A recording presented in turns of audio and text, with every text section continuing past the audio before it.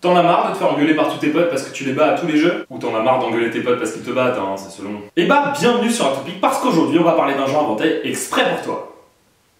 Hanabi.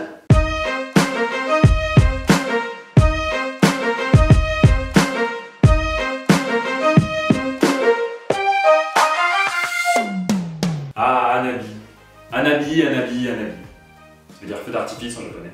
Alors, je vais être honnête, hein. Hanabi, c'est, je pense, mon jeu préféré. Voilà, en toute franchise, ça reste entre nous. C'est un jeu créé par Antoine Boza, c'est un français, Cocorico, et illustré brillamment par Gérald Garret, c'est un autre français, Cocorico. Il a gagné le très prestigieux jeu de l'année allemand en 2013, faisant de lui un véritable best-seller. C'est un jeu édité par Cocktail Games, dont on reparlera sûrement, et Les 12 Singes, qui avait sorti le jeu à l'origine en 2010, et qui s'appelait alors Hanabi et Ikebana. C'était un jeu un poil différent, mais là tout de suite, on s'en fout. Vous pouvez aller regarder sur internet si ça vous intéresse, je vous mets un lien dans la description. Le principe du jeu est simple, on joue tous ensemble. On gagne tous ensemble, on perd tous ensemble, fini les embrouilles. Le but c'est de faire le plus joli feu d'artifice de l'histoire. Rien que ça. Pour cela, on dispose de 5 couleurs de feux d'artifice différentes, chacune composée de 3 cartes 1, 2 cartes 2, 3 et 4, et une seule carte 5. Alors comme d'habitude, vous allez me dire comment on fait. Ou pas d'ailleurs. Mais on va faire comme si c'était le cas, ça va me permettre d'enchaîner. Je vais pas vous expliquer toutes les règles, hein, non. Mais elles seront dans la description, promis. Bon, comme mon but c'est de vous présenter le jeu, je vais quand même vous expliquer 2-3 trucs. Pour gagner au Hanabi, il va falloir compléter les feux d'artifice en posant les cartes dans l'ordre. D'abord le 1, le 2, le 3, le 4 jusqu'au 5, et évidemment on peut jouer toutes les couleurs en même temps. Pour faire ça, chaque joueur possède 3 possibilités à son tour. Soit il donne un indice à ses camarades sur leur jeu, soit il joue une carte, ou alors il se défausse. Évidemment, il s'agit d'un jeu coopératif, ce qui veut dire qu'on est obligé de céder. Et pour le coup, on est vraiment obligé de céder, puisqu'on tient les cartes dans ce sens. On voit ça en gros. Ah, ça y est. Je sens que tu as saisi la difficulté du jeu. Jusqu'ici, c'est vrai que ça semblait plutôt facile.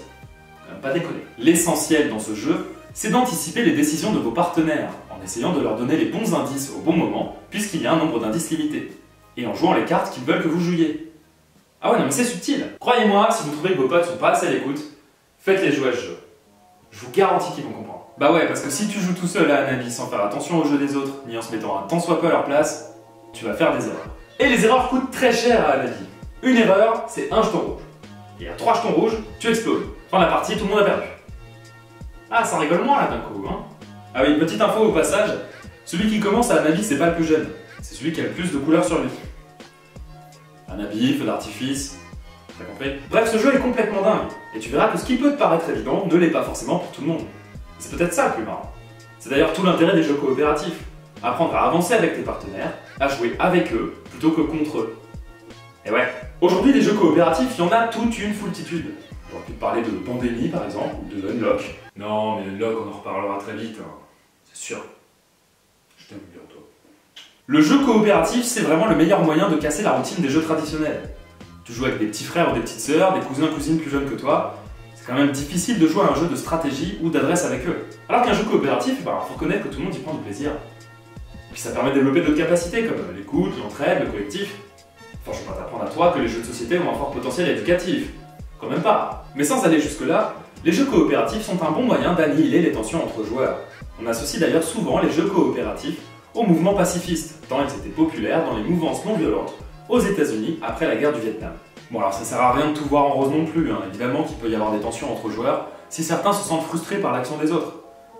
Mais bon, dans ces moments-là, il est bon de se rappeler qu'une des qualités du bon joueur en coopération, c'est la solidarité. Bien entendu, l'aspect coopératif n'est pas la seule qualité d'Hanabi. D'abord et avant tout, c'est un jeu élégant, avec des dessins magnifiques, une boîte passe-partout et des règles qu'on maîtrise après la première partie. C'est vraiment un jeu idéal pour débuter et profiter des plaisirs du jeu de société d'auteur. Alors je sens que tu meurs d'envie de te procurer une boîte pour essayer. Je ne peux que t'encourager à le faire, puisque c'est un jeu coopératif. Et ouais, et même si ce jeu-là ne t'intéresse pas, mais que le concept du jeu coopératif te fait kiffer, je te laisse te renseigner par toi-même ou aller directement en boutique, il en existe des centaines. Tiens, écris-moi dans les commentaires si t'en connais d'autres. Comme ça on s'échange des infos, c'est plus sympa. Ou alors envoie-les-moi direct, hein, c'est comme tu veux. Ah, vous avez bien dit que le monde du jeu de société était plein de surprises. Hein.